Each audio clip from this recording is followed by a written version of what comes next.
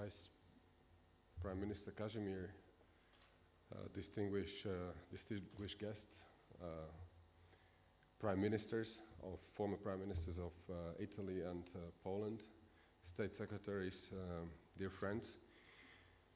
I'd like to welcome you to Bratislava, to our third edition of TATRA Summit, an event that we have launched 4 years ago with an intention to create a platform for open discussion mainly about European politics for those who have not yet participated in the first two editions. I recall that the first one was dedicated to, by then and today, equally very important issue of creating genuine economic and monetary union. At the beginning of this year, we organized for the first time TATRA Summit in Brussels, and it was dedicated to banking union, so both very important and many issues which are part of it well in progress. I recall that banking union, that the supervision was launched recently, just a week ago, but other elements are really in progress. Now this year we have decided to focus our attention on growth, but equally we would like to discuss growth not only in terms of its economic substance and importance, but to put it in a context of a new political cycle that we are entering right now after the May elections to European Parliament. Now, of course, we never wanted to make TATRA Summit an event where there will be just academic or intellectual, theoretical discussion. Therefore, we expect that today's TATRA Summit will bring a constructive confrontation. And when you look at the program, I think there is good opportunity for that. Even yesterday, I should mention, we had a part dedicated to investment opportunities, and already there we had a very nice confrontation between the corporate sector and the intentions of our government to launch a Slovak investment holding. Now, very briefly to the three main issues of TATRA conference, which we are launching right now. The first panel, which will start soon, we want to hear how to generate growth under current circumstances, and especially under the rules that we ourselves have established to stabilize the Eurozone. There are diverging views. Many say there's not enough of flexibility, and certainly this is worth discussing. The second point for tomorrow's debate is, of course, growth, which is a very complex category economically, but those who want to decouple discussion about growth from political circumstances, they're bound to fail, because when it comes to growth, you can have fantastic recipes, but if you once again decouple that from political context, it will never work. And finally, tomorrow we have decided to include discussions about two elements which I hope nobody would dispute are very relevant for growth, namely the recent decisions about climate and energy policies, and that will wrap up tomorrow's session. Ladies and gentlemen, many thanks to all of you who accepted our invitation. This is for me yet another opportunity to thank for the support the Ministry of Finance and Vice Prime Minister Peter Kazimir, who has been with us and his team from the beginning when we launched TATRA Summit. Many thanks to all our distinguished speakers. Without you, the debate would be impossible. Timing was very difficult when we take into account the beginning of a cycle in Brussels, but I think we have good composition of both speakers and agenda that we have proposed. May I now kindly ask you, Vice Prime Minister, to come forward and address the audience, and then we will start the session with with KAREL LANNOO. So enjoy our stay, your stay in Bratislava. I wish you all well.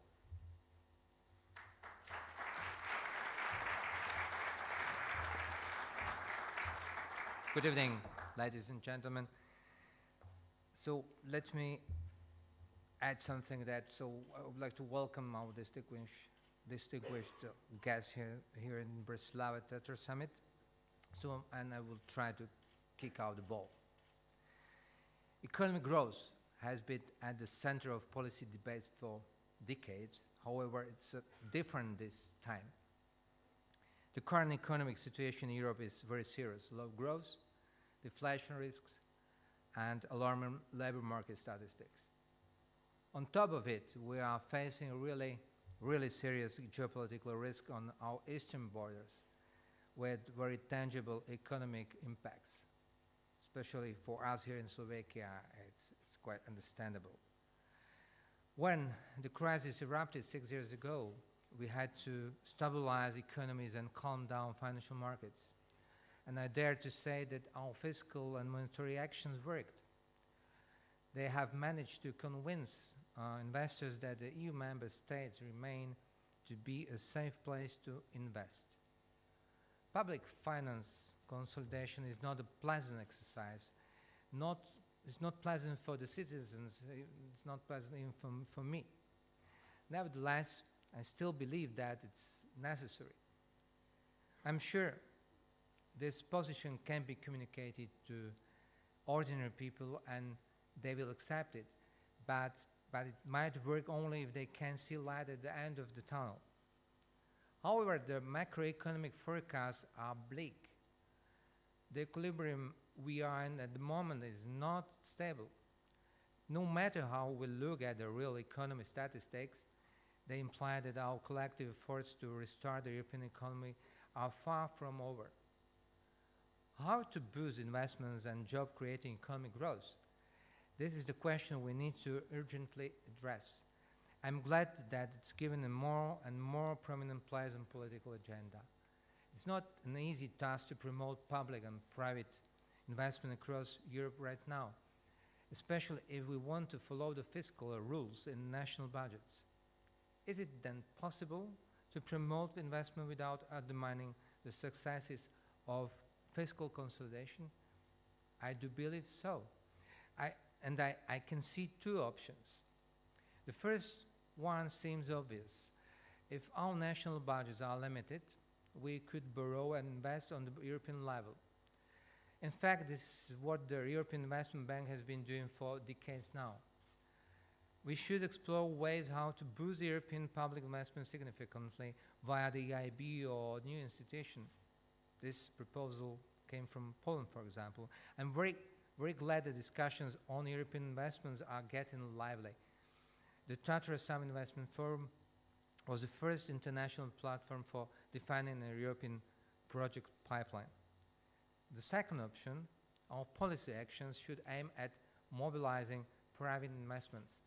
This agenda has got a priority at the Slovak Ministry of Finance. We have established the Slovak Investment Holding. Its goal is to make the most efficient use of the EU funds, the major source of public investment in my country, in Slovakia. EU funds used as a financial instrument will bring revolving investments to the real economy.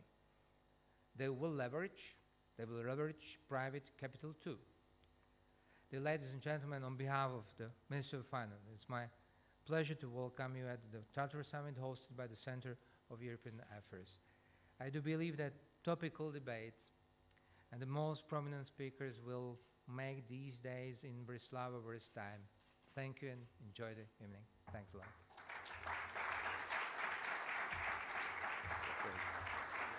Many thanks to Vice Prime Minister. May I now ask KAREL that he takes over. And before they take their seats here, I should not forget to express our gratitude to all who supported this conference, certainly institutional and corporate sector, who has been critically important that we could make this conference real. So many thanks for that, and we rely on you for next editions of TATRA Summit. Harald, please, the floor is yours. Okay, thank you, Ivan, and thank you for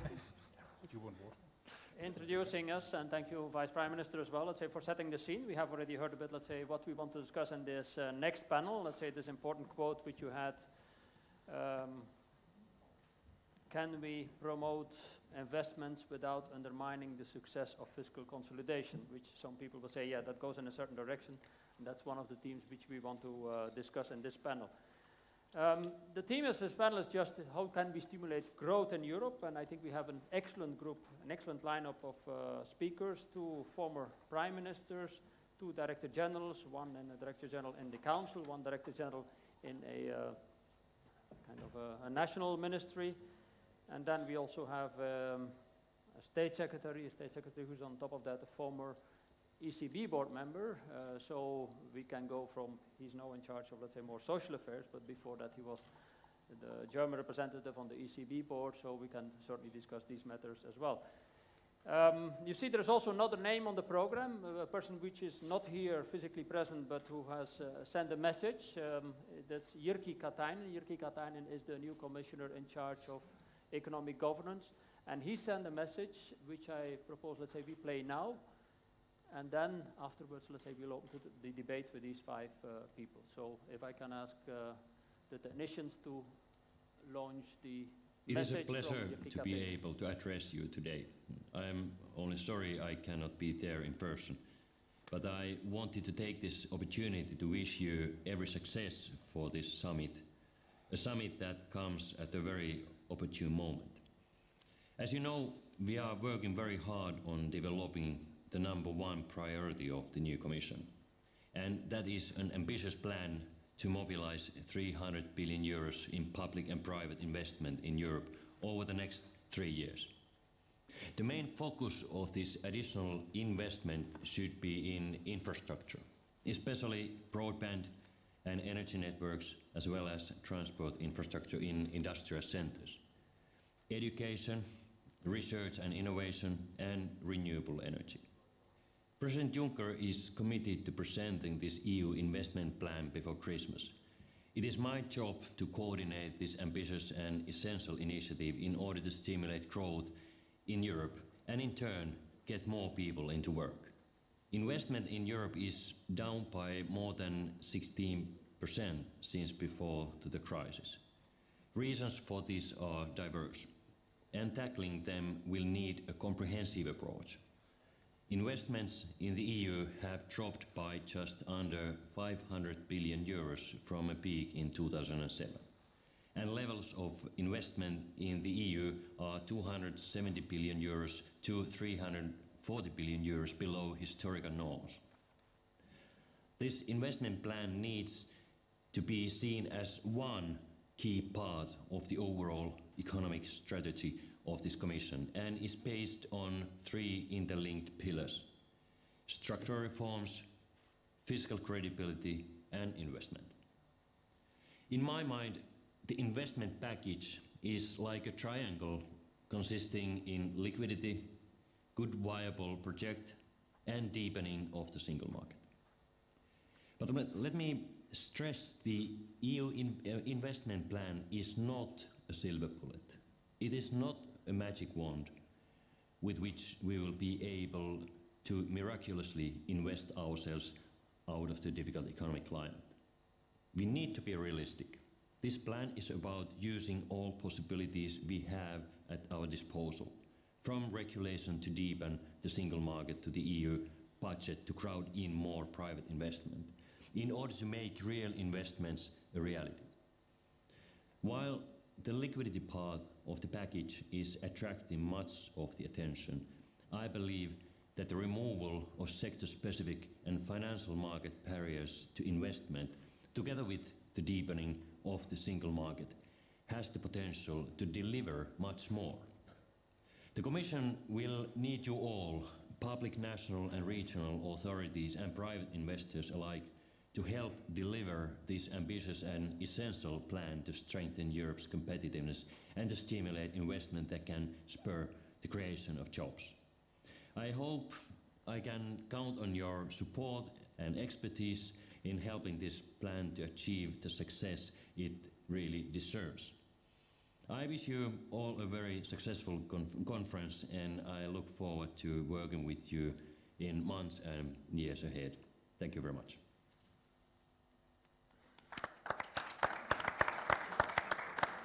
So I think that was a very clear message from the Vice President of the European Commission in charge of these matters, and he touched upon one of the issues which we would like to debate in this session. But I've basically given 5 questions to these 5 people on this panel, which I would suggest to respond to in successive order. But probably the most difficult one is to start with, which I would address initially to the 2 former prime ministers on this panel. First of all, I mean, one of the issues, as I said, what the Vice Prime Minister of Slovakia addressed, is there enough flexibility in the Stability and Growth Pact? And you know that there is divergence of views on the subject within the EU, but that's what I would probably first address to the Prime Minister of Italy. You think there is enough flexibility in the Stability and Growth Pact for the moment, or is the Stability and Growth Pact too constraining? I think the main problem of the Stability Pact is the lack of a big investment on the growth part of the pact. That is the key point, in my view. Maybe, and it was, there are some ideas from the Italian point of view, how to have more flexibility, more intelligent flexibility in the application of the pact. But I want to be very clear. I don't think that we can have more growth having new debts and new deficits. That is very clear from my point of view, and from the Italian point of view. We think that we need to have the budget under control. We need to continue in the fiscal consolidation, but we can't have just fiscal consolidation as the main European policy. That is the key issue. We need to have a growth compact, I would say, and this growth compact need to, of course, to have what JYRKI already said, that is crucial. But what is crucial is the timing. We can't waste time, because we had all this year, 2014, it was a very difficult year of transition because of the elections, first of all. Because of the result of the elections, we have to be very aware. More than 50% of the voters didn't vote. And 25% of the voters voted for populist parties against Europe, against Euro, and so on. So we have to be, we need this kind of consciousness. We have to apply now. We have to deliver it. This is why I think this idea to have before Christmas the plan and to start to apply this plan immediately, in my view, is the key point. So, yes, more flexibility, intelligent flexibility, but not to be again on the road of the debt. Exactly, but meaning you say within the limits of the Growth and Stability Pact, if I Absolutely. understand you correctly. Can I ask the Prime Minister, former Prime Minister of Poland, what he thinks about the subject? Thank you. Maybe for the sake of interesting discussion, I would not sound as politely as Prime Minister Letta. And I will say that the Stability and Growth Pact from day one was something what was flawed and not respected by particular countries over the history of last 10 or more years. And in the beginning, it was a fundamental discussion before '91, whether it's up to the markets to decide on the interest rates or whether it's up to the governments and fantastic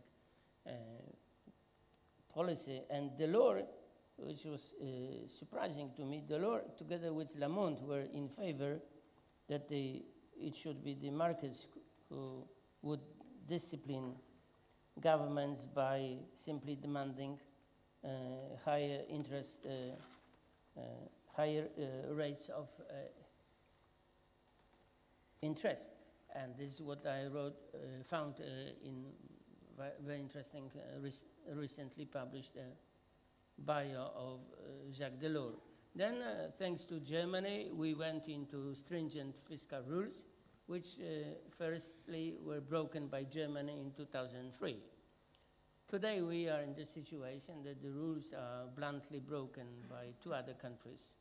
I understand France and Italy, who could not meet them, and the Germany strongly asking for law-abiding, good Europeans, strictly limiting themselves to almost zero deficit. So it's an interesting, little bit Orwellian situation from my Polish mentality person. But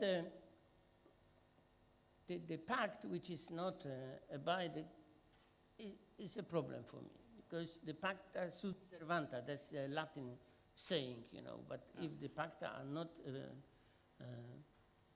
abided, then it's a big question whether maybe, like Bruegel recently proposed, maybe they should be abolished and we should return to more market-driven regulations.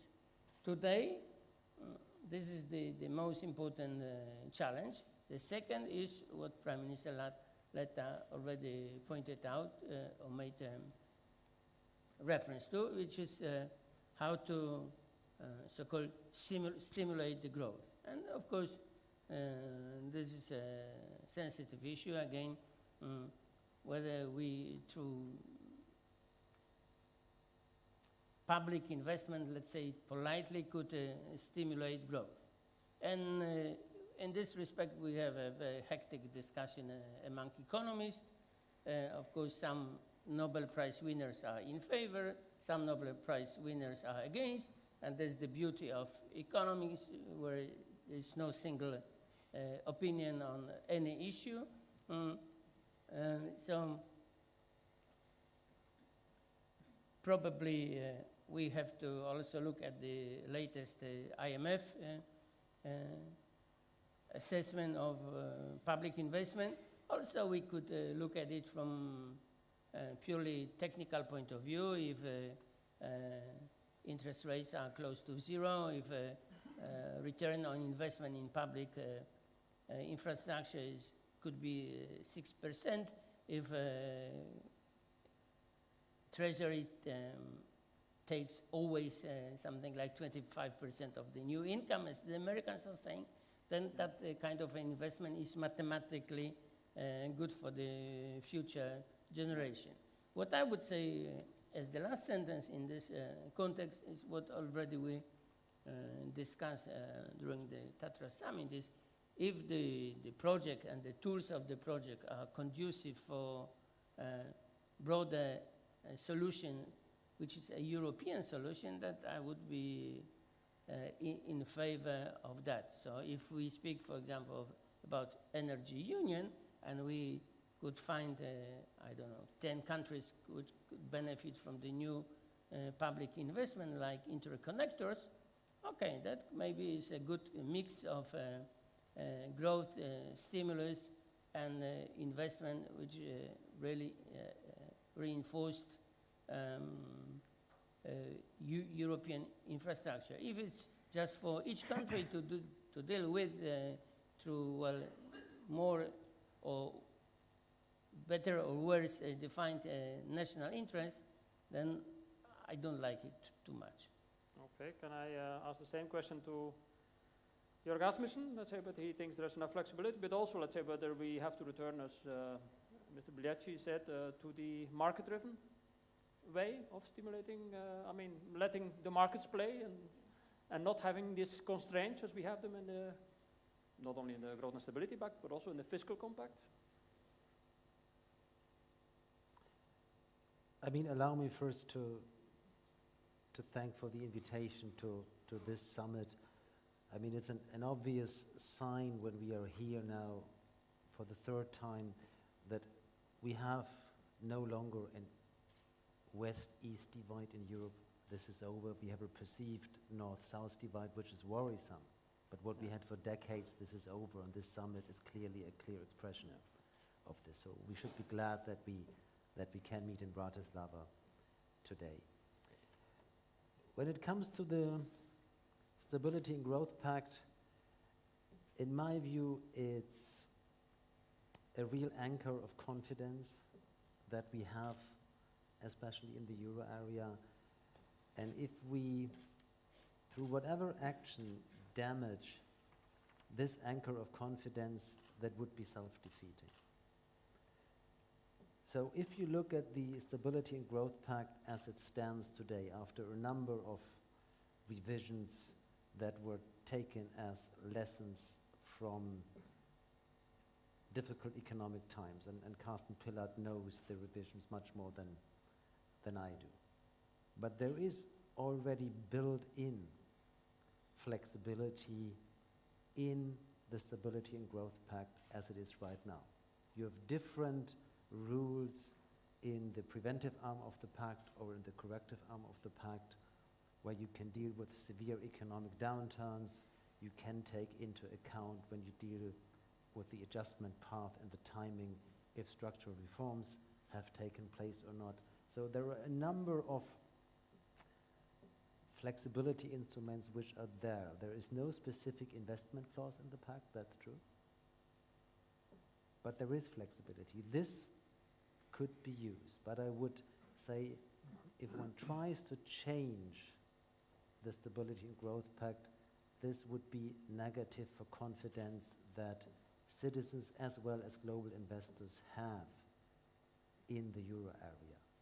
And I think we have been able in Europe, especially again in the euro area, to rebuild confidence in the last years, all through fiscal efforts, for example, that have taken place significantly in Italy, starting with the Monti government. And we should now not unravel what we have achieved under sometimes high political cost on this front. At the same time, it's absolutely undisputed that symptoms of crisis are not over. We have still high levels of public and much less known private debt, so deleveraging has to continue for the years to come, and this could be a drag on growth. And we have high unemployment that has been high in some countries even before the crisis, but it has increased. Today, nearly 1 out of 4 young Europeans is unemployed, and this is unacceptable and is not bearable in democracies. So what we have to look for is indeed sustainable growth. This is more about growth potential than dealing with the business cycle. And in order to this, we need indeed more investment, and the Juncker plan here, in my view, is the key project that lies ahead of us. But at the end, the crisis only will be over if we have jobs in competitive companies in Europe. Okay, thank you. There was, for those who may have heard about this, there was a famous letter by the French finance minister in response to Katainen's letter. Katainen was just speaking for us, basically saying, I don't care, what you're saying. So probably, Harald, you have seen this letter, you have heard about it. What was your reaction? I have heard about the letter, and we had, you can imagine, we had serious discussions in the Economic and Financial Committee on this. But if I may, just on the more general point, whether we should have more flexibility in the SGP or not, I think I have a confession to make. When I first started out in this job, I too thought that the Stability and Growth Pact doesn't make a lot of sense in macroeconomic terms. After all, there's no research showing that a particular debt level of, say, 60% is exactly the right one, and there is no literature supporting the 3% limit. But maybe I gradually came to think, following the events, maybe that is just too confined to macroeconomic thinking. Maybe the issue is another one, similar to banking. What we're addressing here is a moral hazard problem. Because any government we have normally faces tough decisions as to how to allocate spending and has to somehow get by with the means it has. That is, either there is enough taxes or there isn't, so the government has to raise taxes. Or, and that is the moral hazard problem, I can shift the liabilities to future generations. And that is the easiest way, and that's the danger about it. And in the same way as the rules that we have now created for banks, like you wouldn't find a macroeconomic reason for core tier 1 or 4.5%, could be 5.5 or anything else. But the issue is another one. It's addressing the moral hazard problem. And just in the same way as I would not think it's a good idea to have more flexibility in banking regulation to, I don't know, address certain growth purposes, I don't think it's a particularly good idea to have very large loopholes in the Stability and Growth Pact for that purpose. I'm saying very large loopholes because JÖRG Asmussen has pointed out rightly that there is a lot of flexibility. I don't want to go into too much detail, but a very important flexible element is the element of structural targets. We actually look at growth, and if there is little growth, then the structural target changes. And that is, to my mind, the optimal level of flexibility that you can think of. Okay, thank you. Can I move the debate probably to have the view from the Council, from a European perspective? Let's say, how do you look at this? I mean, I mean, you have this overview of all these different countries, how they deal with these rules. I mean, apparently there's a consensus in this panel, let's say, that we can, I mean, there's an agreement on this rule. The rule could be different, as Harald was saying. Basically, we have it now. We have to do it to basically to maintain the consensus amongst us. Karen, you put me in a very awkward position. Not you, basically, but I feel honored being invited to this meeting, but I sit next to policymakers and representative national governments. I'm only a representative of the Council Secretariat. So that's why I'm trying to ask it from a European perspective. I'll give an answer to that. Frankly speaking, I mean, what we are talking about, when I listen to the comments made concerning the Stability and Growth Pact and growth, I mean, we should bear in mind what we are talking about. The Stability and Growth Pact is not something that's fallen from heaven. It was basically built by 28 member states plus a national parliament. For those who have never seen the Stability and Growth Pact, this is the booklet of Stability and Growth Pact. 2/3 of it is devoted to the Stability and Growth Pact, just to tell you what we are talking about. And in my view, it's the most intelligent legal framework that could be found collectively among 28 member states and the national parliament. This does not say that somebody else with the monopoly of truth couldn't have a better solution for that, or we're waiting for this guy. We haven't seen him. So we're still waiting in the working groups, even the Council, maybe the European Council, somebody would tell us what the real truth is. What we have here is a collective exercise.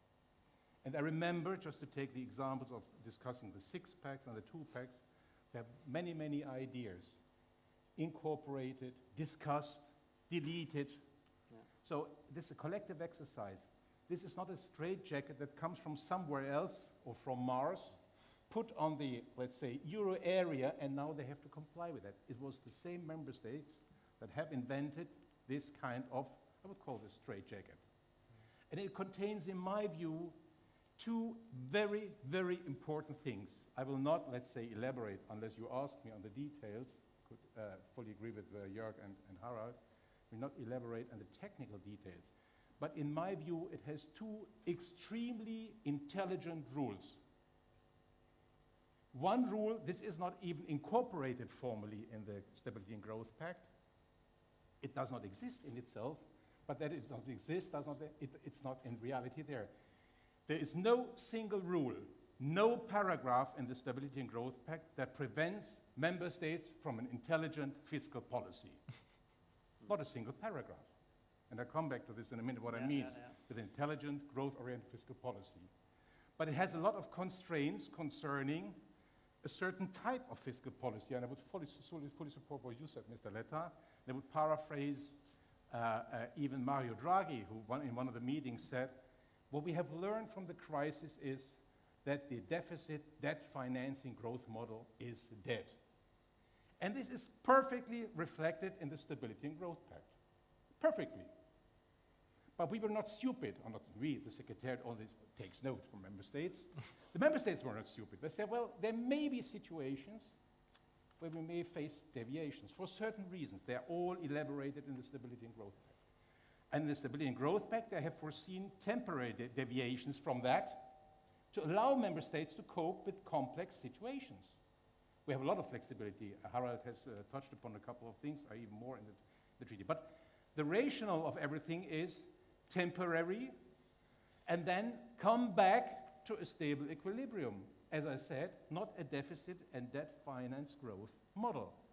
And this is not done by some stupid economists, neoliberals, whoever they may label them. This was done by the member states. They are committed to that. And in that sense, I fully underline what Jörg said.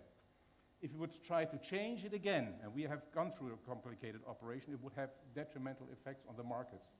And to come up with the markets, I would say, in my view, it's a misinterpretation on whether Stability and Growth Pact or markets are the right ones to discipline member states. They do it together. And I can tell you something from my experience. We are, in particular after the change of the 6 and the 2 pack, we're approached by many, many market analysis asking us, how do we have to understand this rule, that paragraph, how is that meant? That means this is an intelligent framework, but it does not put markets aside. The markets are still working. They're working exactly in the sense that Jörg has described. We could try a change. The moment we basically, or the Commission would say, let's change something, because there's one idea in one single member state that we should basically reflect better on, we would have a market reaction to this. So in that sense, it's an anchor. Coming back to your question, what I mean with intelligent financial fiscal policy.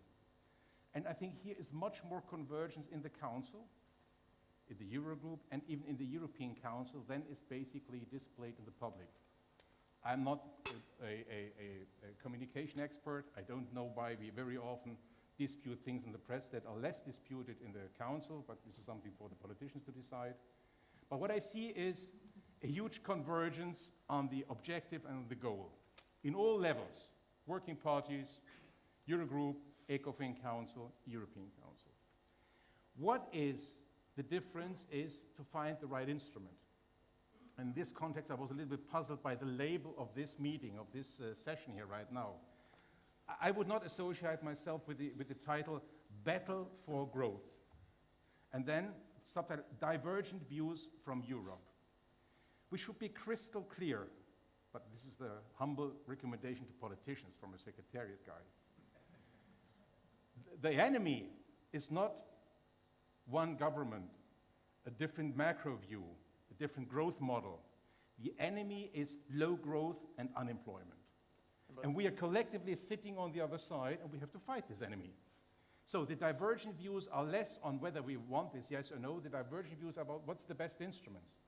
And here I see a certain discussion. I'm very grateful, or we are very grateful for the Commission. But my view is, and I think JYRKI made it crystal clear, let's not overestimate this in financial terms, because he said mobilizing 300 billion. But let's not underestimate the political idea behind this, because in my view, in my personal view, is one of the weaknesses currently in the European Union is that we simply lack a joint, a common idea to work on. And if that could be done, the growth idea is the one we have to work on. We find instruments, I'm pretty sure about this, knowing the Council for many, many years. It takes time. We are not a monolithic or a benevolent dictator. We are a complex organization that needs time, that needs to develop our ideas, and we'll find a way. But it takes more time than some people would wish. But it takes time. But Carsten, you have seen this letter from the Michel Sapin as well in the Council, meaning you say, look, we don't fight a certain member state, but if you get this letter on your desk, you feel annoyed. No, I'm not annoyed, frankly speaking. We want an immediate response. I'm not annoyed by any letter, because I see, and I've seen this for many years right now, it's not a static thing. You get a letter from a government that pronounces itself in a certain situation. Then you start talking, the dialogue starts. And I've even heard Sapin in the most recent Eurogroup and in the ECOFIN. they're reflecting on it. It's a dialogue. We should not take this letter like carved in stone. This is the Bible, and that's it. A government will not move. A commission will not move. I have seen many, many things developing over time, but it needs time. The main problem here is legitimacy. Because not to say the government, oh, we do this and that. They have to return to their home country, to their home base. Say, well, people, we want to do this. Do you support us? And legitimacy is sometimes lacking. That's the problem that policymakers have to do, basically. Okay, thank you. So, the second question, which is probably the theme of this panel, which has to do with how can we create growth at European level as compared to national level. I mean, of course, the Prime Minister of Italy already, of Poland already said something in this direction, but I probably would start with Prime Minister Letta again. What can be done at European level as compared to national level? First of all, the main point is we have to be completely aware that we can do something at European level. That is the first point, because there's a big discussion in Europe if growth is only a national issue or is it a European issue too. That is a clear point. In my view, is the first point. My answer is there's a European, very important level of responsibility for growth. Why? For many reasons. The first reason is size, is the dimension. When the European, I make an example. When the European competition policy started, the European market was the center of the world. The world was the European market, the American market, that's it. Now, the European market is one part of the world, but the world is bigger, is wider. So I raise I think the simple example of the telecom operators market. We can't have 4 operators in the States, 4 telecom operators in the States, 4 telecom operators in China, and 70 telecom operators in Europe, because is the result of a competition policy fragmenting the markets, and of course, to help the consumers, obliging each national market to have 4, 3, 5 operators. The result is very small operators, and of course, the size matters. So it's a first example, and in my view, it is strictly linked to a growth policy. Growth means to be at the same level of the American giants, of the Chinese giants, Brazilian giants, and to be in the world competition with European champions. What does it mean, European champions? We had already in the press European champions, but because we named as European those who were just national companies. So we decided to say they are European champions, but there are very few European champions in Europe. This is, in my view, one of the main problems today. So it is an example, of course. A second example is about the famous 300 billion euros energy. We are here, Slovakia. Slovakia has a very important today role in energy because of the commissioner, the vice president responsible for the energy union. I would say, just for an example, that this responsibility to the Slovakian commissioner is another example of the, in my view, great opportunity for Europe and for the Visegrad countries of the next 5 years. Because we are in a period in which Visegrad countries, for the first time, have the opportunity to lead Europe. Tusk will be the president of the European Council.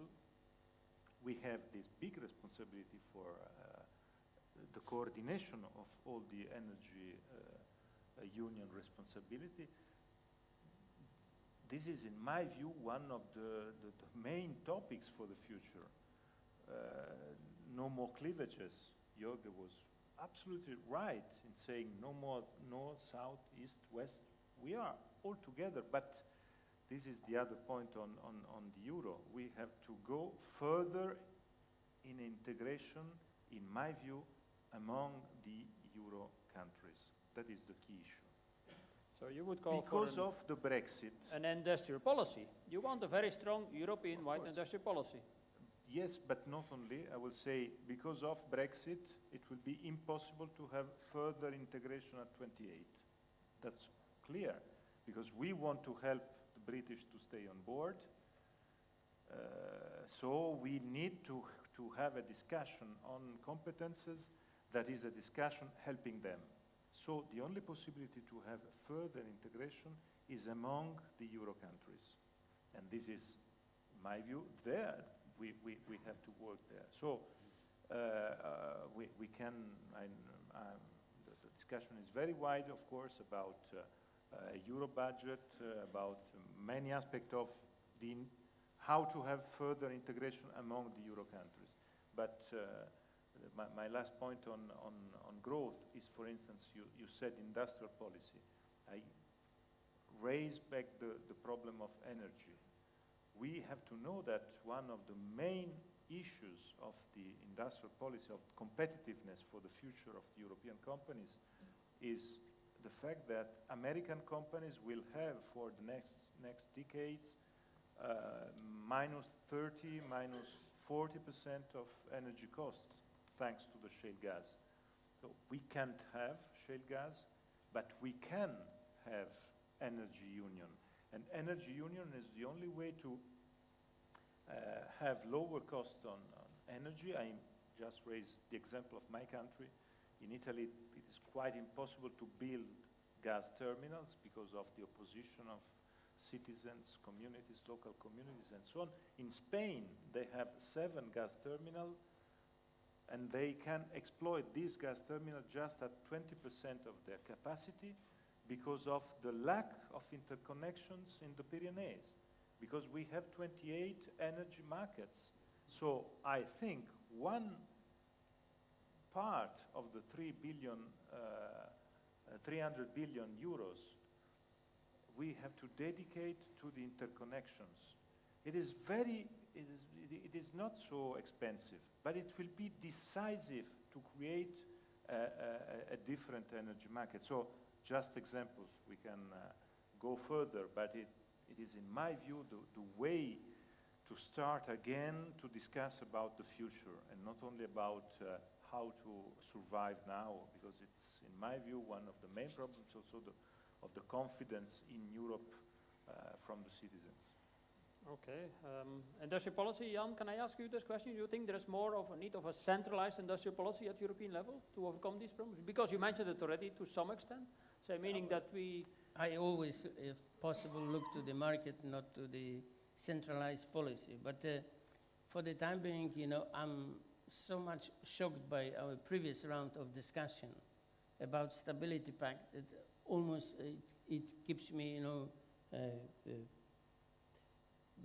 deaf and because I really can't understand if complacency is such enormous at some European decision-making levels that we are saying with such satisfaction that Stability and Growth Pact is good, is flexible, and is a unique measure to help European countries to run economy, and then we put it against the facts, which are continuous breaches of Stability and Growth Pact. It's the financial crisis of the last 6 years. If we add additional money injected through stability mechanism, 500 billion, if we add that 3 countries went into default and 2 were close to the default, if we spent, I don't know, 500, 600 billion to rescue them, so where is this stability? Where is this growth? Where is this fantastic vehicle operational. Where? The facts. That's why the European public, when they listen that these are fantastic measures and institutions, really can't stand this talking and this complacency, because the reality is that the people are worse off, that unemployment again, among the young is 50% in so many countries, that was spent hundreds of billions on rescue operation of Greece, which was completely, from purely economist point of view, against the logic, the way it was approached from, in the beginning, purely from economics point of view, against the logic. So we spend because we try to support the system. So this is the best ever framework for stability in Europe. This is what we are saying at this panel, you know. If we are saying this, Yeah, but Jan, what is your, and we want what is your alternative? sorry? What is your alternative? Meaning we heard different views on the subject. No, meaning first of all, I try to be always humble, you know, humble. That's the best way to achieve a consensus, because if I'm humble, then I try to listen, I try to find my weaknesses and figure out solutions. But if we are saying that everything is perfect, and we are saying then that this is such a flexible instrument, that we are rejecting reality. Because in reality, France is saying that by 2017, maybe they will return to the limits and constraints of the fact. But they are not saying that tomorrow they are coming back. And we are still saying yes, but still the pact is fantastic. So we are rejecting reality for the sake of what?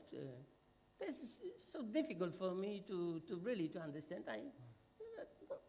It's a unique situation, you know, really unique situation when we have reality and then we have the kind of, I would say, complacency. Yes, it's a European complacency. I mean, Harold wants to react on your point. That's good. That, Yeah, I can understand some of the points you're making, but I think your main point is implementation, not the sense in the rules themselves, because you're saying nobody's sticking to the rules. But the conclusion you're drawing from it, I would strongly disagree with. Your conclusion is, because nobody's sticking to the rules, then the rules themselves must be bad. That's like saying we have accounting frameworks for firms, but if some dodgy accountant cooks the books, then the rules must be bad, and we should better do away with them. Which That country is the dodgy accountant? Well, everybody might have an idea, and that might bring me to the next argument, which is the financial crisis. Let us go back to 2008 for a moment. Was the crisis really caused by the rules of the SGP, or maybe because somebody broke them? Yeah, but that means that the rules of surveillance were broken. But that's an implementation argument. No, it's the framework. It's the framework. or rules It's in the certain monitoring, cases. because rules without monitoring, without surveillance, without strong executions are not rules, you know. But that's what we're trying to do now. It's a That's it. facade. That is true, but as long It's as... a fiction, you know. Yes. This is my problem, you know. No, that's I like true. something what is, at the end, it's about enforcement. Any lawyer will tell you that That is law is about enforcement, not about beautiful declarations saying, oh, but this and this and this. No. And then the real life, it goes completely in different direction. This is your problem. That is true, but in that sense, the problem is 28 national parliaments, which we are not prepared to do away with at this point. Well, okay.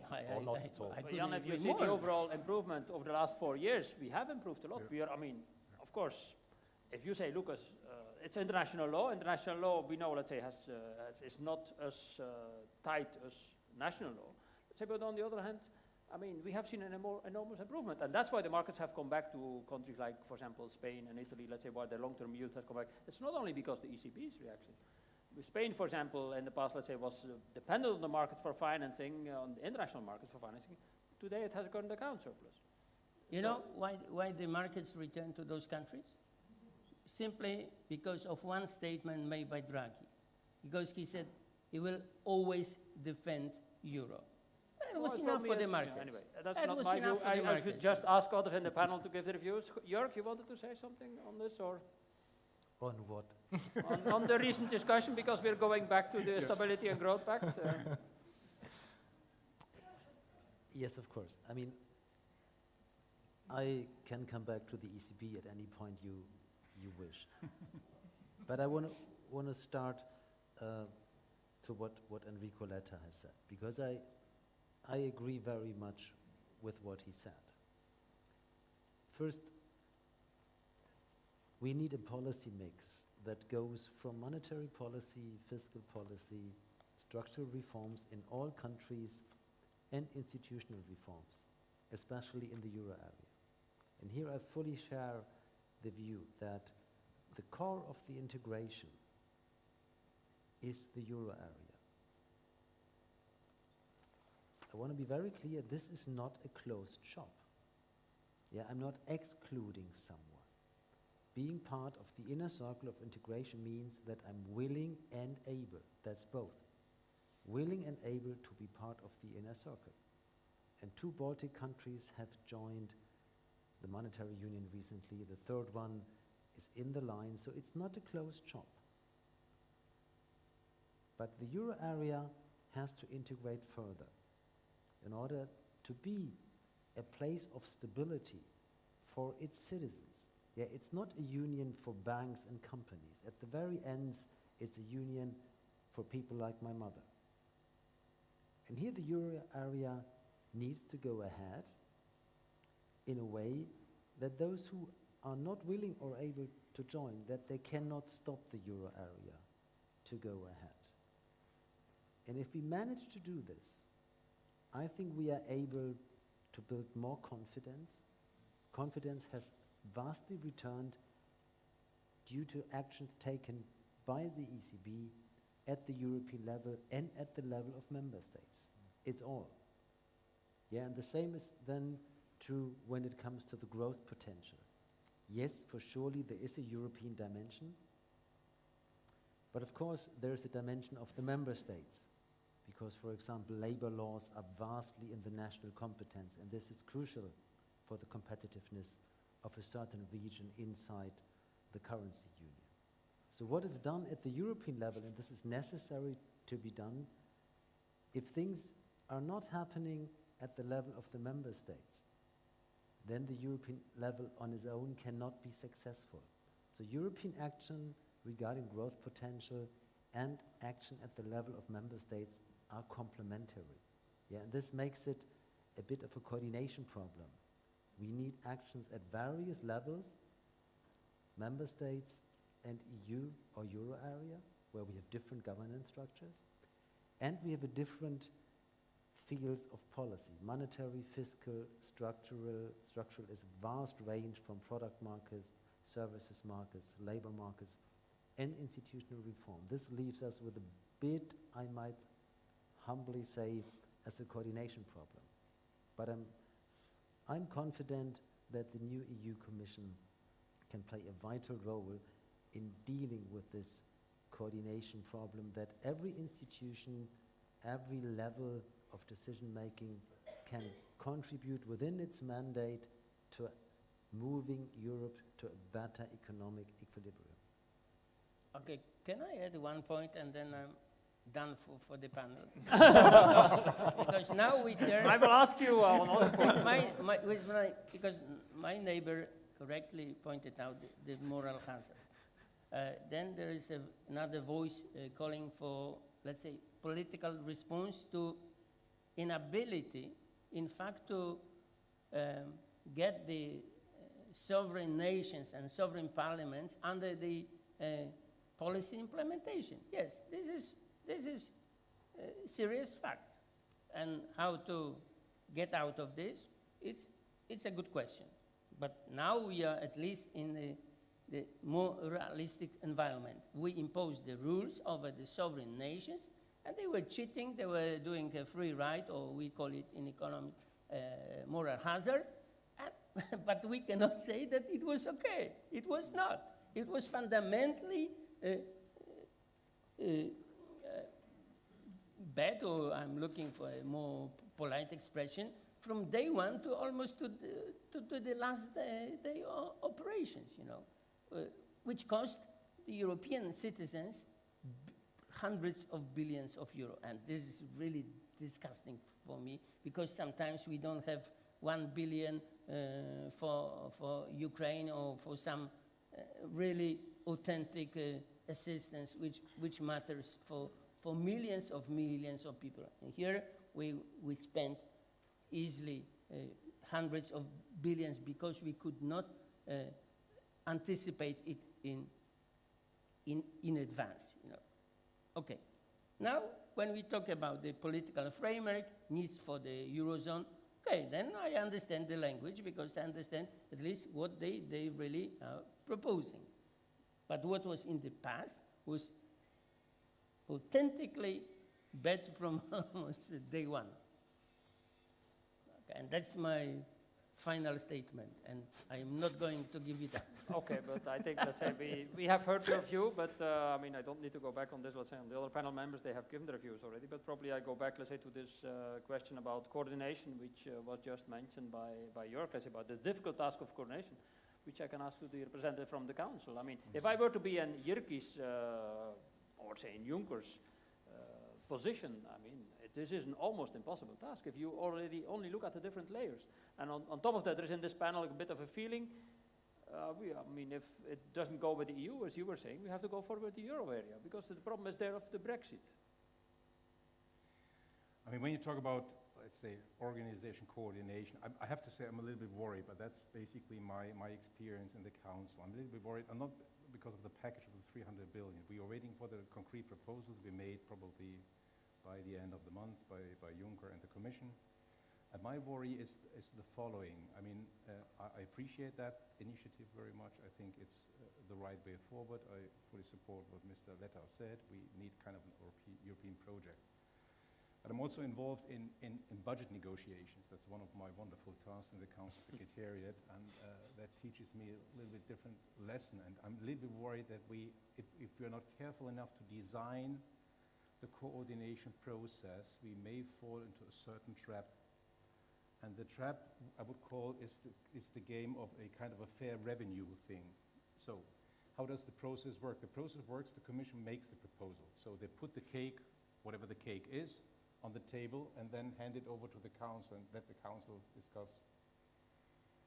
And I'm not criticizing individual politicians, but there is a strong tendency, due to our, let's say, internal organization, that the moment you do this, basically the whole process starts, who gets what and how much.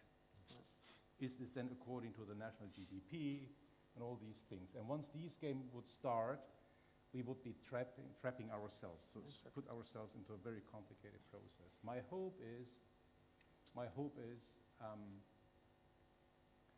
that since we are expecting the proposal to be made end of November, on the 18th, 19th of December, we'll have the next European Council to be chaired first time by Tusk, and that the European Council takes over basically the political responsibility to manage this process, basically to keep it as a European project, as you rightly said, and look at from a European perspective and not from the national revenue return perspective, which would then turn into kind of a quasi-budgetary negotiation process. But let's say, this is a little bit my concern that I have in terms of organization from the Council Secretariat perspective. But this morning I got a request from my boss, from the Secretary General of the Council Secretariat, asking me to design the process, how that could be managed. I will not share the secrets with you here, but I will offer to you, if it fails, blame me. It was my proposal then that I've made to the Secretary General and then to Donald Tusk as well, how to organize this process. But let's say with my experience, I'm a little bit worried if we channel this through all the council formations with coordinated versions of their national preferences, we may end up with a wishing list, but more due to national preferences than to European preferences. And how to coordinate this is really an art, how to do this. And I hope, and I fully trust the European Council to take over the leadership to organize this process, that we will, in the end, come up with something 300 billion package for the Europeans, for the sake of European growth policy. My second concern is a little bit let's say, this expectation management right now. I mean, if you would do a simple calculation yourself, I mean, we have the 300 billion package. Everybody's looking at the 300 billion like it would be the deus ex machina to change the growth perspective of the European Union, and do a simple calculation. You divide this, or you could see this in the European Council last time. They have basically indicated it could then be something over 3 years term. You simply divide the 300 billion by 3 per annum. You end up with less than 0.8% of the EU GDP. As a humble economist, I would have certain doubts whether this will really change dramatically the trend growth in Europe. It may have an impact on growth. I'm not saying it's quantité négligeable, but whether it really changes the trend growth, I have certain doubts. I'm more optimistic that it basically plays a catalytic role in changing the atmosphere, the perception in Europe, these kind of things. So that in that sense, I hope more on the leverage on the psychological side, because we know half of economy is psychology and the rest is then funding and financing and all these things, that it does the trick on the psychological side. But there we have be extremely careful in the European Council not divide ourselves into these 28 compartments, aiming for receiving a small piece of the cake. But this is only from the Secretariat. May I suggest to Carsten one idea on the proposal you have to give to Corsepius and to the new European president? It's very simple, but in my view, it would be half of the problem, maybe. We need to abolish the national press conferences at the end of the European Council. No, but it's not a joke. I tell you how it is like that. At the end of a European Council, we have 29 press conferences. One is the true press conference, the supposed true press conference, the President of the Council, the President of the Commission, and the semester President. So all together, and they try to explain the picture and to explain what the Council decided, saying, okay, this was the agenda, the conclusions, and then if you are a journalist and if you go to the other press conferences, you participate in 28 press conferences in which the national leader, thanks to the fact that he is alone in the council, from his country, of course, so nobody knows, he is able and he can explain to his national press absolutely whatever he wants. And his narrative is always a very dramatic struggle that he won against his enemy, and his enemy is the Commission, first.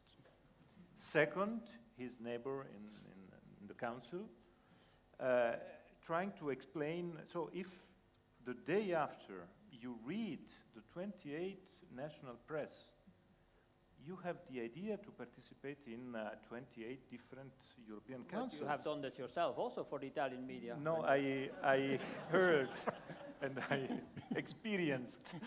So it is a joke maybe, but it is, in my view, the core of the problem, because the public opinion is influenced more by the 28 national press conferences than by the one of the President of the European Council and the President of the Commission. The European one may be boring, and the national ones may be interesting for the media. That's not.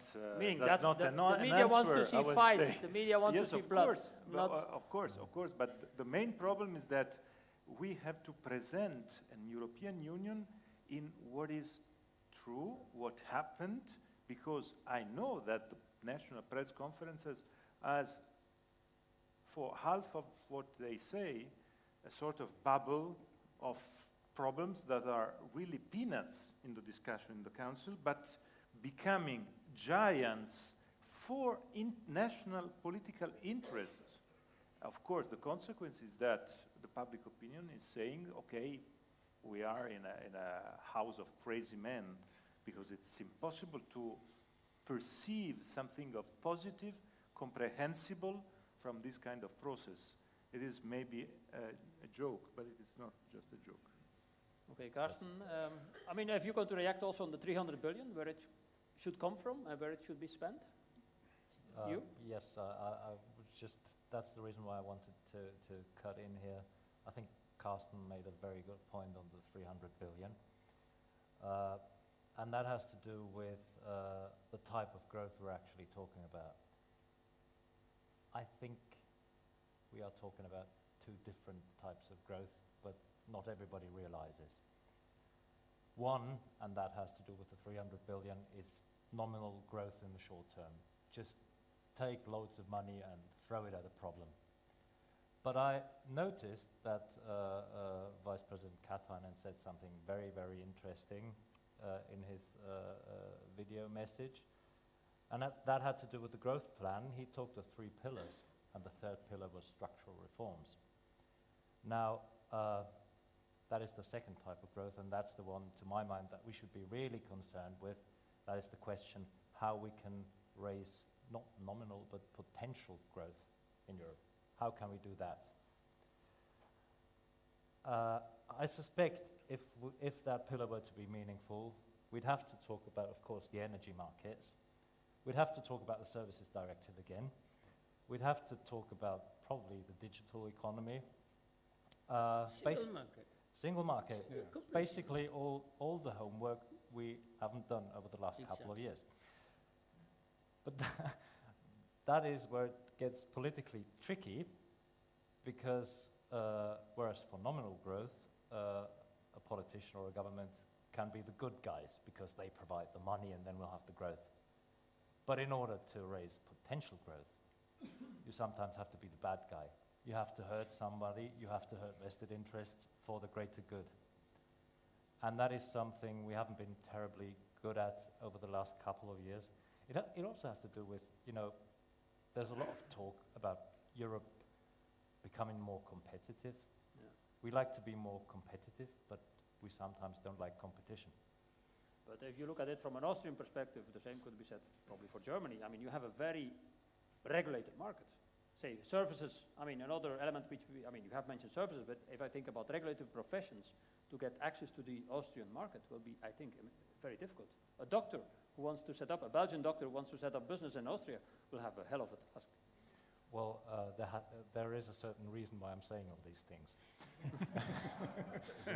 Maybe I have inside knowledge.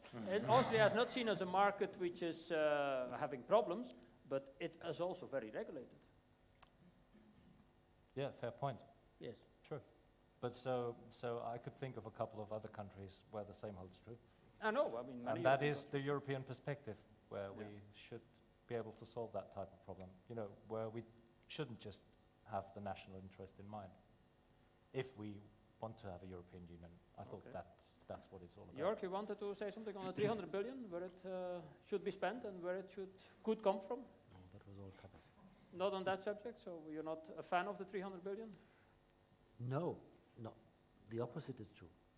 The German government is very supportive to this, but I thought the other speakers carefully elaborated where it should come from, what the real purposes are. So we are very supportive, and I think that's the key project now at the beginning for the new commission.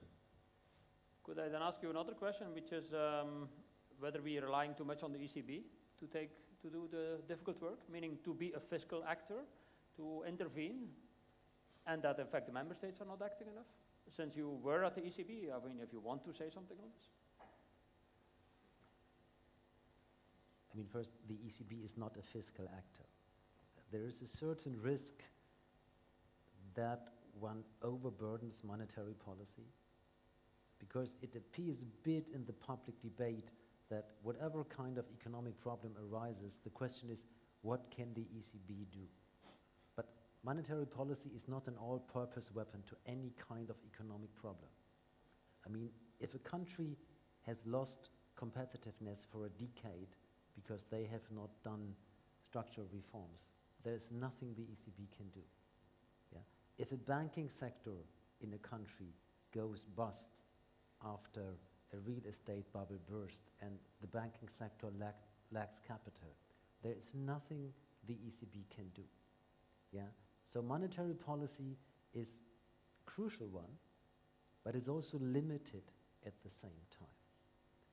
And the goals that the ECB has as the central bank of the euro area, as a modern central bank of the 21st century, it's to deliver price stability and to contribute to financial market stability. And these goals, also in this hierarchy, are undisputed. What we discuss again and again, fiercely in the public and in front of constitutional courts, these are instruments, yes? And this we can do. This is normal. One has to develop instruments as time goes by, market structure changes, banking sector changes, what are the transmission channels they might change. But the goals that the ECB has, a primary objective, this is price stability and contribute to financial market stability. This is undisputed. And I want to be clear, the primary objective is defined as consumer price inflation at close but below 2%.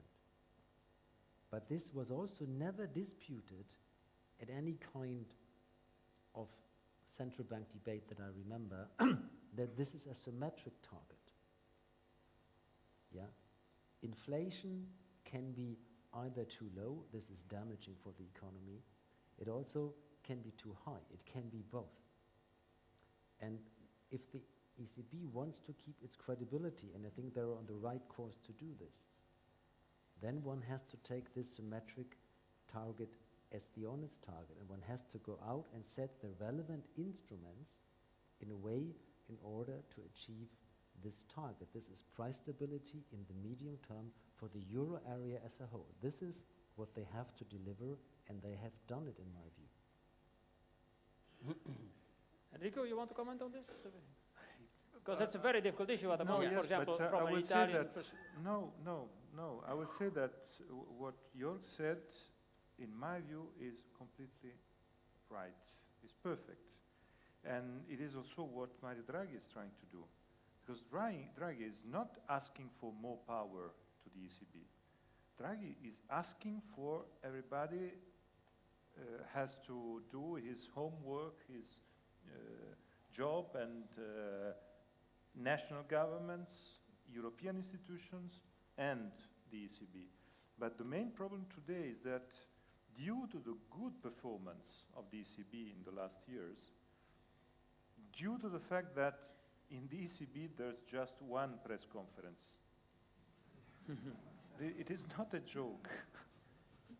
There's just one press conference. There are some WikiLeaks there, yes, too, but it's another problem. In the ECB has the possibility to meet in one night, to decide in one night, and to deliver the morning ahead. So there's a problem of efficiency of ECB in comparison with the rest of the political procedures and democratic procedures of the other European institutions. So ECB is very efficient. This is why the big risk now is from the side of the national government, the other European institutions, is to say, okay, there's the ECB, they will save us another time and once more and once more. So we can inertially wait for the ECB. That is, in my view, the big risk that ECB is living today, because we need to have ECB pursuing the missions that Jörg said, and we need to have governments applying structural reforms, the European Union proposing a growth compact and applying and delivering there, but is another, in my viewpoint, linked to the fact that at European level today we are raising the expectations of what the ECB can do. And in my view, it is a big mistake. It is not, I would say, it is not the German point of view. It has to be an European point of view. The ECB is our diamond, I would say. We can't waste our diamond. But you have a problem from an Italian perspective, which is that you have deflation, minus 0.2, minus 0.3%, which could be the result of structural reforms. Let's say you undertake structural reforms, let's say there is a price deflation, but which is the most difficult environment for an ECB This is to work why in. we need growth policies at both European and national level. But It is not a problem of ECB. ECB has to do his duties, his work, his job, but we can't ask the ECB to substitute a national government. I'm completely clear in mind that is a crucial point for the future of the European Union. Jan, you wanted to say? Yes, something on because this? I'm again concerned as we have produced a new definition of the central bank. Because the whole idea behind the central bank establishment was not to maintain price stability, but it was a lender of last resort. And whatever happens in the nearest future, I understand also in Europe, the ECB will come to this role because the ECB, I'm not on the board of the ECB. ECB is planning to increase its balance sheet by 1 trillion of euros. Because of the deflationary problem, which we just Yes, mentioned. yes, but that means that it's much more than just maintaining or No, price stability sticking to is the not price deflation. stability. We need to have a level of inflation. Yeah, yeah, but then you increase, and when you even discuss, I'm surprised, but lending directly to the national central banks, then exactly is about the role of the lender of last resort. That's my observation. I mean, that's clearly prohibited in the treaty. Yes. I mean, this is, But I mean, there's the this no is by law. what they will be doing here. No, How they will manage, yes? No? with all respect, I mean, the ECB is not acting as a lender of last resort to countries. Then it's not a typical central bank. It's a very typical central bank built after the model of the Bundesbank. And then, yeah. But now we are not in the 80s of the last century, but we are in 2014. Market structures are completely different. We have a common currency, but the ECB in the treaties that were decided, as Carsten very fundamentally and rightly pointed out, by the member states that set up this institution. There's a primary objective. Then there is a secondary objective. First one is price stability, then is contributing to financial market stability, and then it can further assist other objectives of the European Union if they are not in contradiction with the primary objective. And buying covered bonds, how do you call it in your language then? What is this? This is a Price stability? Yes, it's a monetary policy instrument that is used in order to achieve the goal of price stability. Yeah, we are always discussing these kind of instruments. This one can do. They can be effective, they can be not effective. One instrument can bring certain risk with it, others different risks. I'm So not disputing. I understand. You can buy covered bonds, you could buy different assets, and still is price stability. Sometimes, it depends. That's what I said. You Yes. said the whole arsenal of instruments, standard instruments, non-standard instruments, that a modern central bank can deploy. You set these instruments in order to reach your target. This is not, I'm not saying that this is without risks. Yeah, the ECB, as any other central bank, has expanded its balance sheet during the crisis, in brackets much less than other major central banks, brackets close. But of course, when you have this, because the standard operation is you provide liquidity against collateral. You take this collateral. There are certain checks, severe checks about the collaterals, but what you take on your balance sheet, of course, it is not risk-free. What I'm arguing is in the sum of the operations, it is better to have acted as the ECB has done, because in my view, it would have been much more risky not to act for, again, for the euro area as a whole. But Jörg, has your country not waited too long for doing this, for agreeing with this? Meaning, if I see the situation now, but the debate 2 or 3 years ago was against the securities market program and so on, that this would cause inflation, but we have just the opposite now. I mean, we are probably the country in the world that has the most liveliest debate about its central bank and monetary policy. And this is good, this is fine, yeah? Because we have a very long history about hyperinflation. One has to understand that after the Nazis have destroyed Europe and German institutions, there were only 2 institutions left after the Second World War in which the citizens had trust. The one was the Bundesbank as an independent central bank, and the second was the Constitutional Court. This is why these 2 institutions are so crucial in the collective understanding of our citizens. So there is a lively debate what a central bank should do and not do. Yeah, but this we have also, for example, maybe to a little bit less extent in Italy.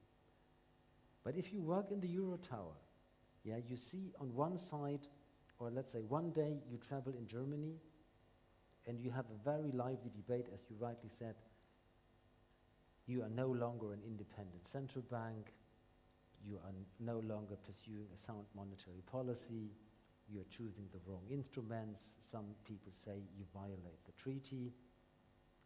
The next day you travel to, let's say, to Italy. There you have a debate, you are not acting as our central bank, you are leaving us alone, you are not doing enough. That's it.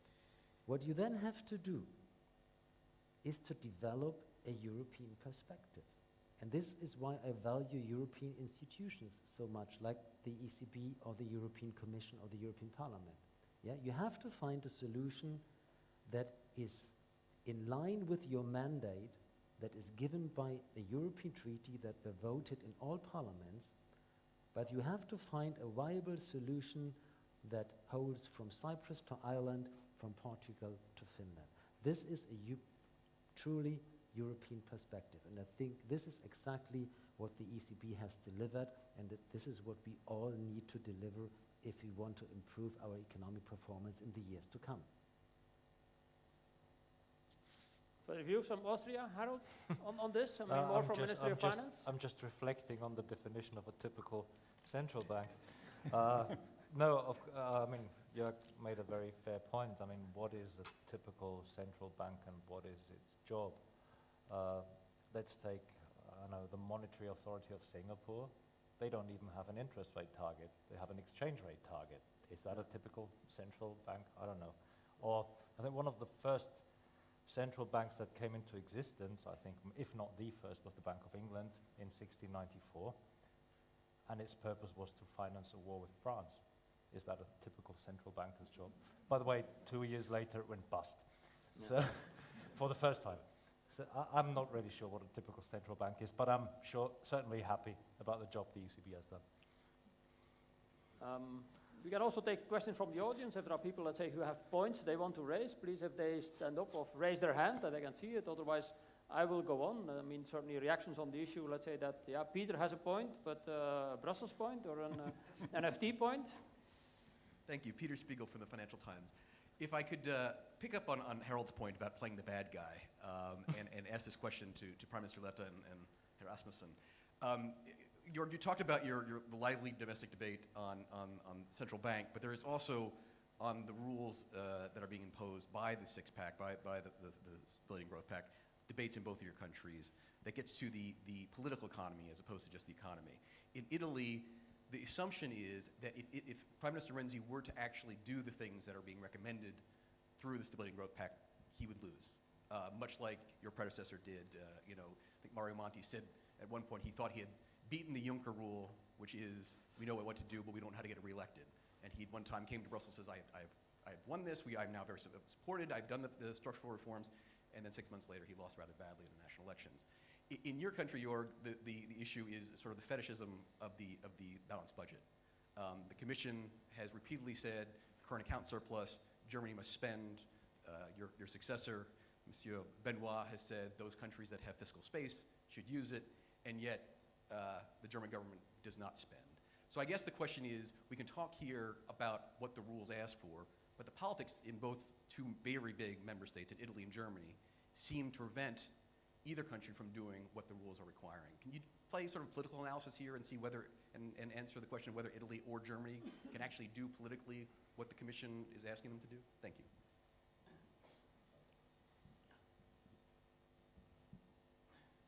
We have to...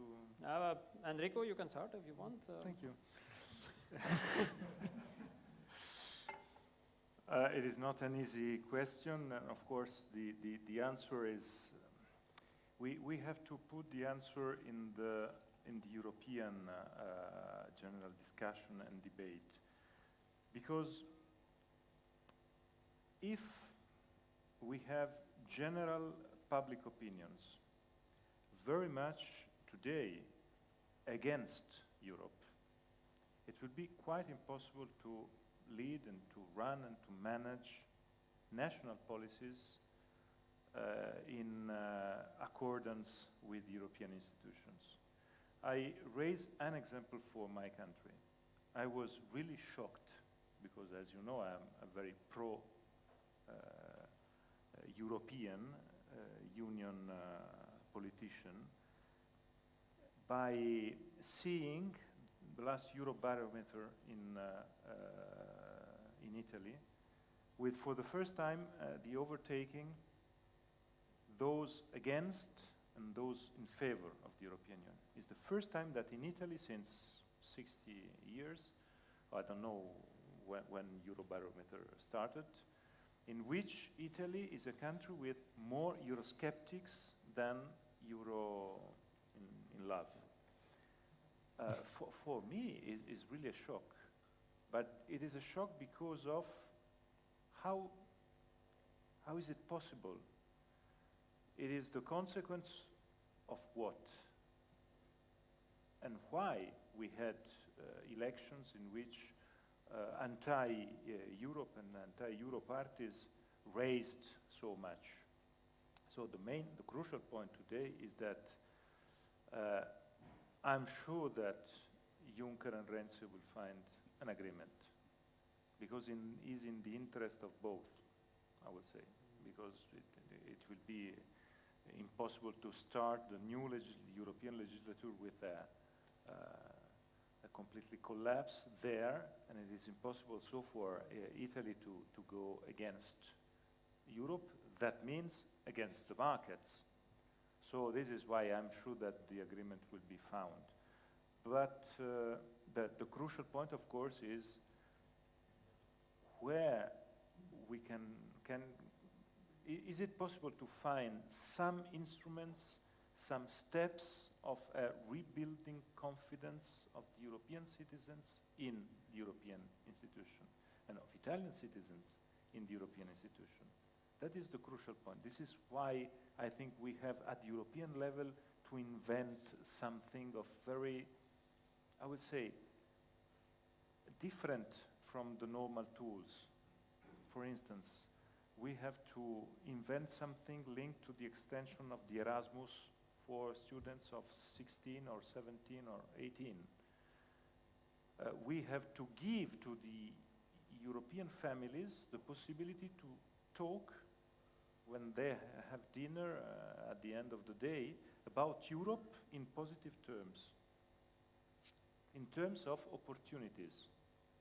The opportunity for children to go out from their country and to have 2 months, 3 months, 4 months of a Erasmus scholar program at 16, 17. And if you have this opportunity, you talk around the dinner table about Europe as an opportunity, as Europe is But if Europe is only linked to rules, obligations, and so on and so forth, it will be impossible, in my view, to rebuild confidence. So I'm sure that this is one of the key points. This is why I hope in the big investment plan of Juncker, I hope to see something of very, I would say, popular there, linked to what people want to hear from a European point of view.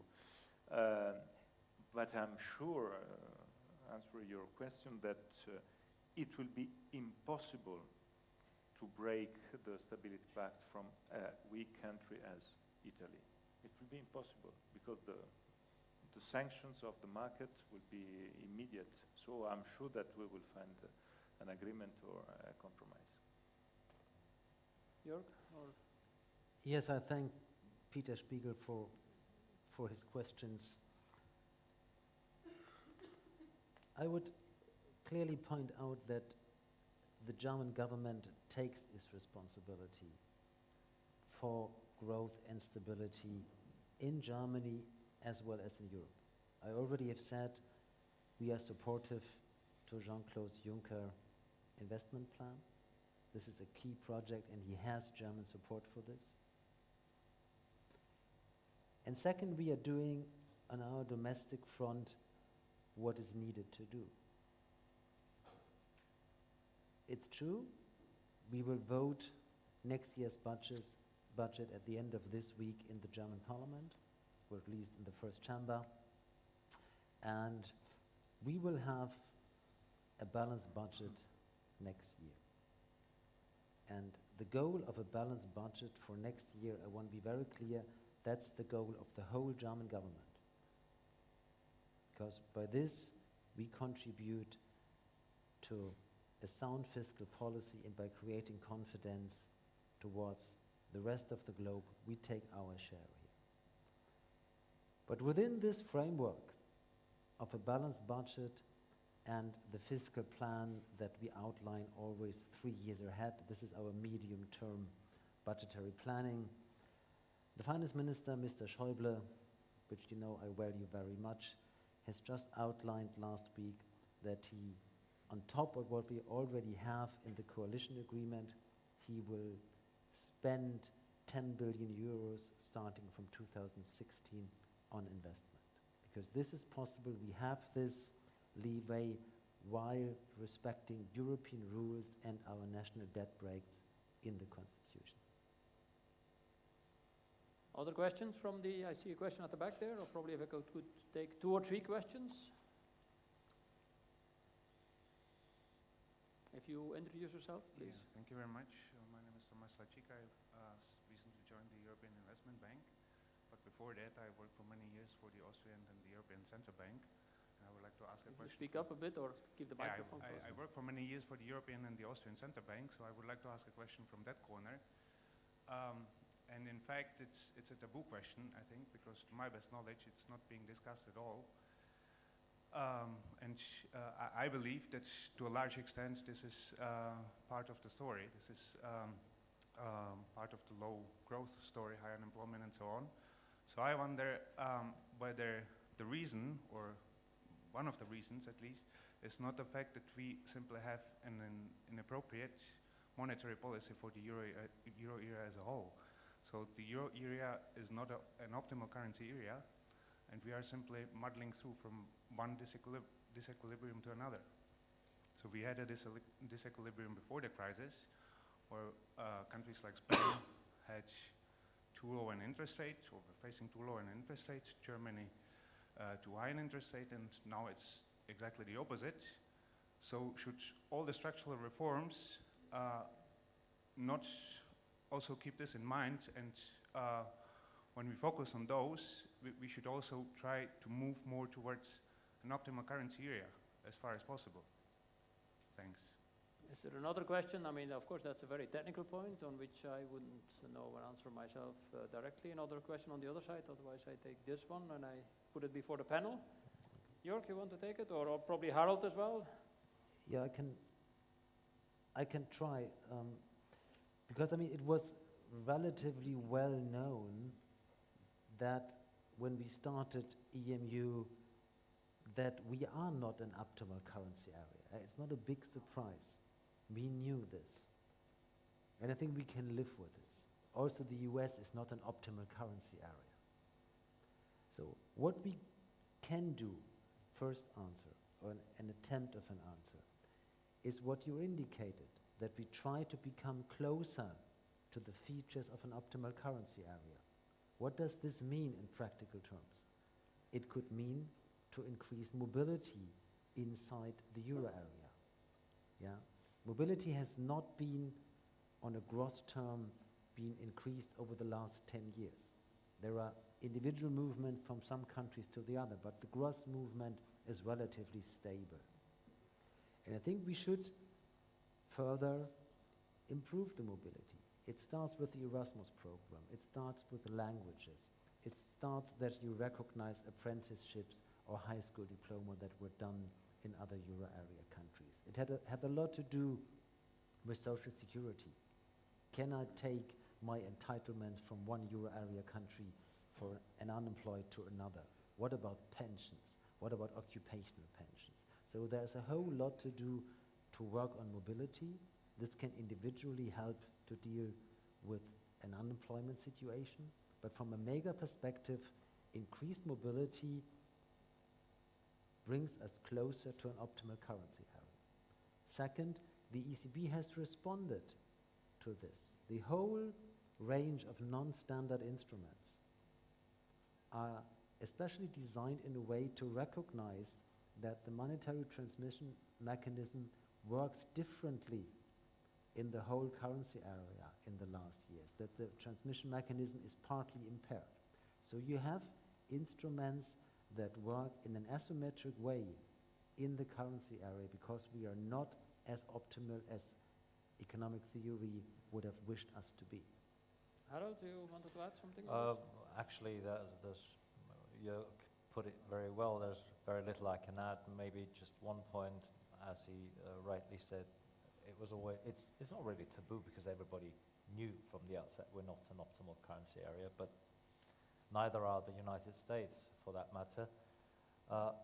And coming back to the Stability and Growth Pact, all the instruments we have created, things like macroeconomic coordination, the macroeconomic imbalance procedure, and the rules on the budgetary rules, they're actually trying to achieve that purpose, bringing us closer to something like an optimal currency area.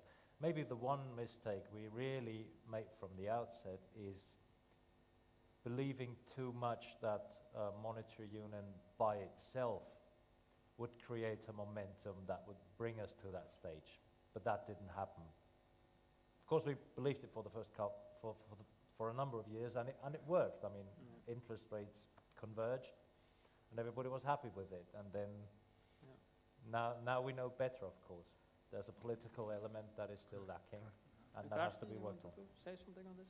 Yes, probably less technical, less economic, more political. Follow up a little bit what Enrico LETTA said, and even Mr. Spiegel has referred to when he paraphrased Juncker, saying, well, we all know what to do, but we don't know how to get re-elected.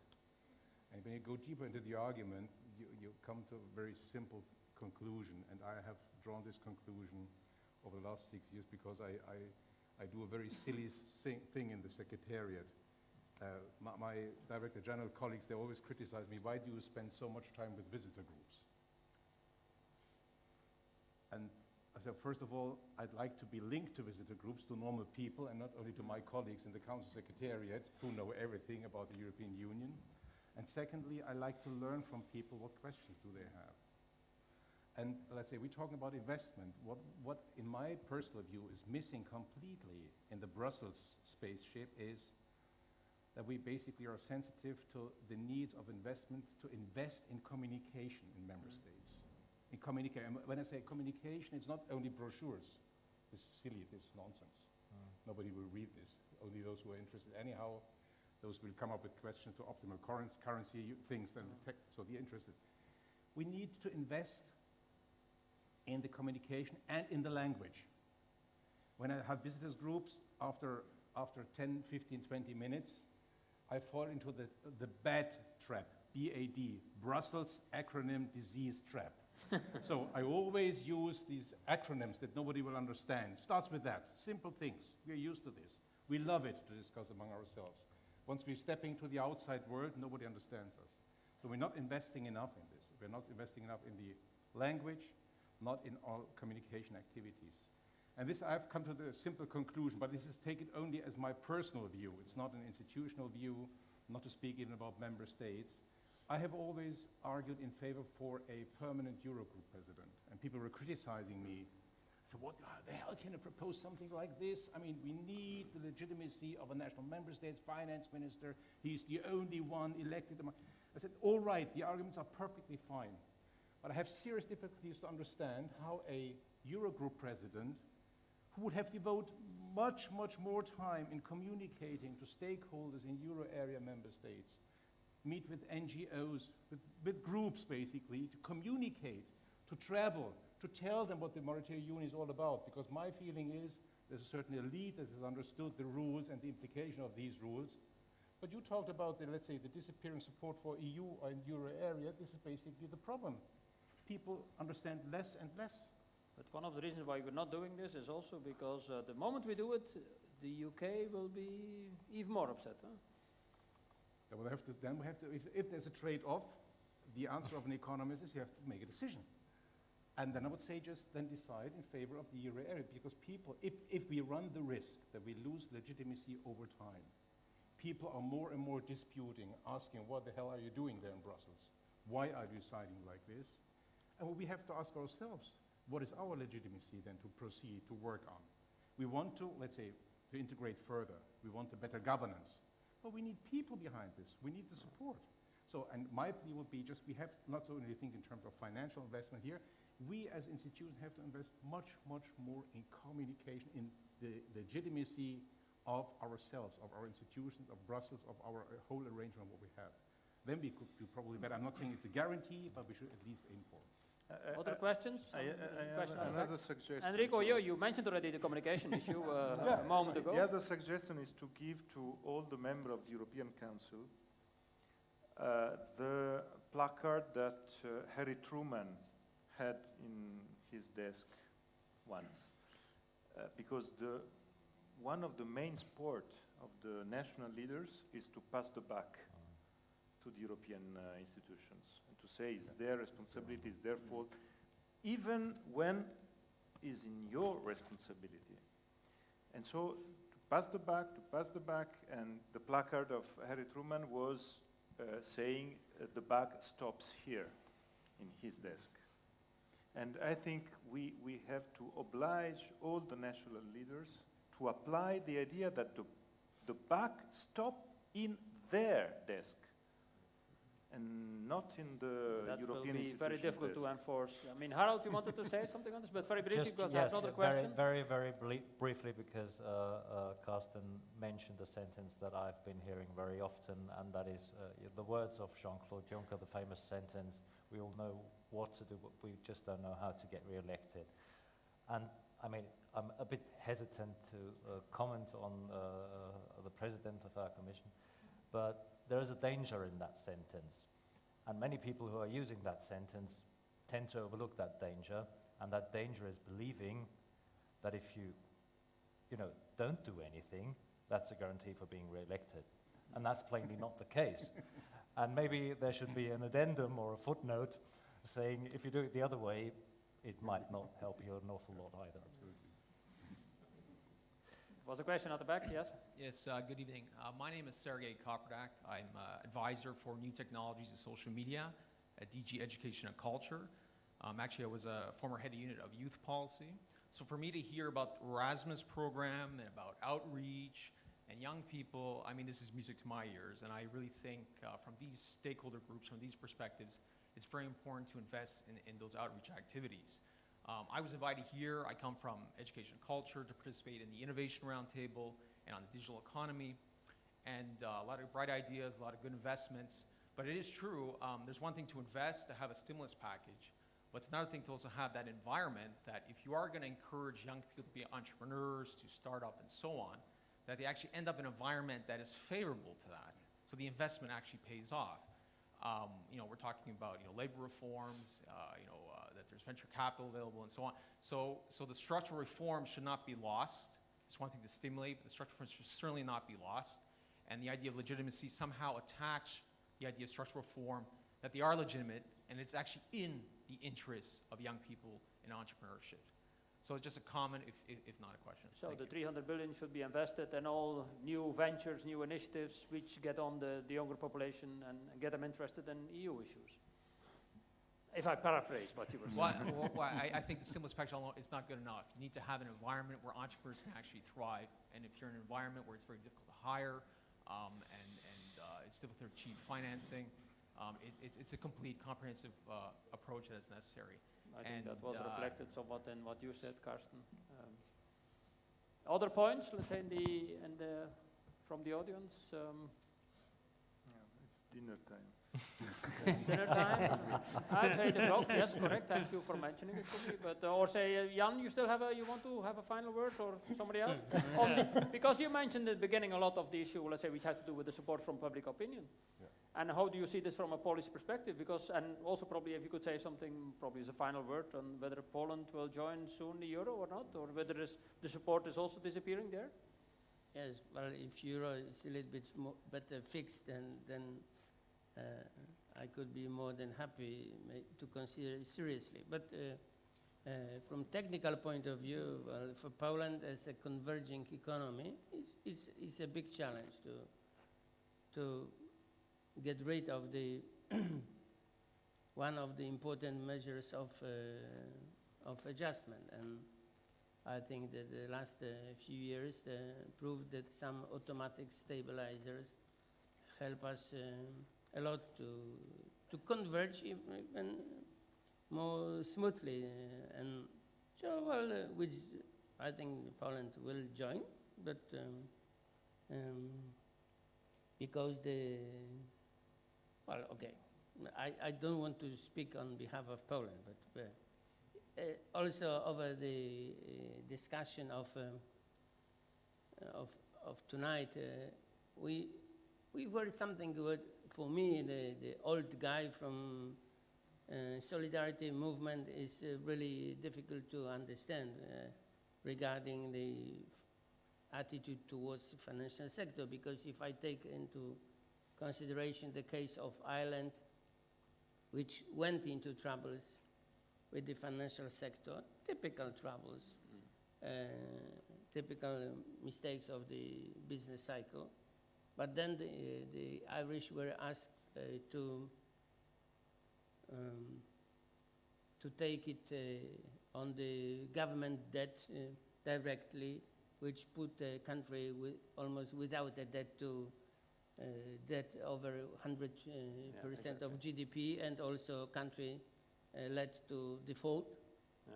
And then 2 years later, when similar situation happened to Spain, we found a different solution, and we managed to finance it through the European Stability Mechanism and directly recapitalize the banks. So Exactly.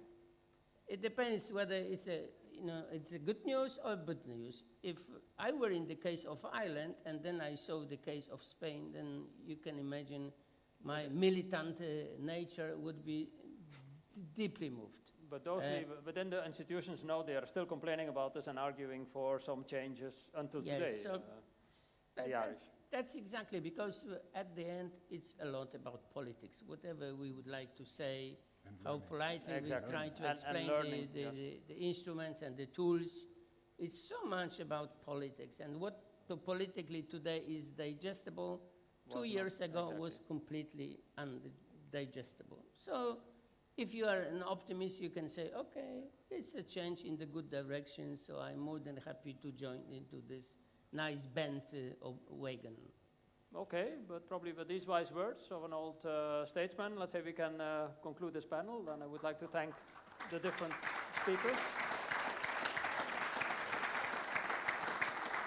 I would I would recall Stability and Growth Pact, everybody more or less agrees. The 300 billion should be wisely spent and probably in ways, let's say, to get the population involved. And yeah, we still have doubts about many different things, but we have learned a lot through this crisis, and that, which I want to summarize your last words. So thanks again, Jan, Harald, Jörg, Enrico, and Harald. Carsten, was a very interesting panel. Thank you. So, you know,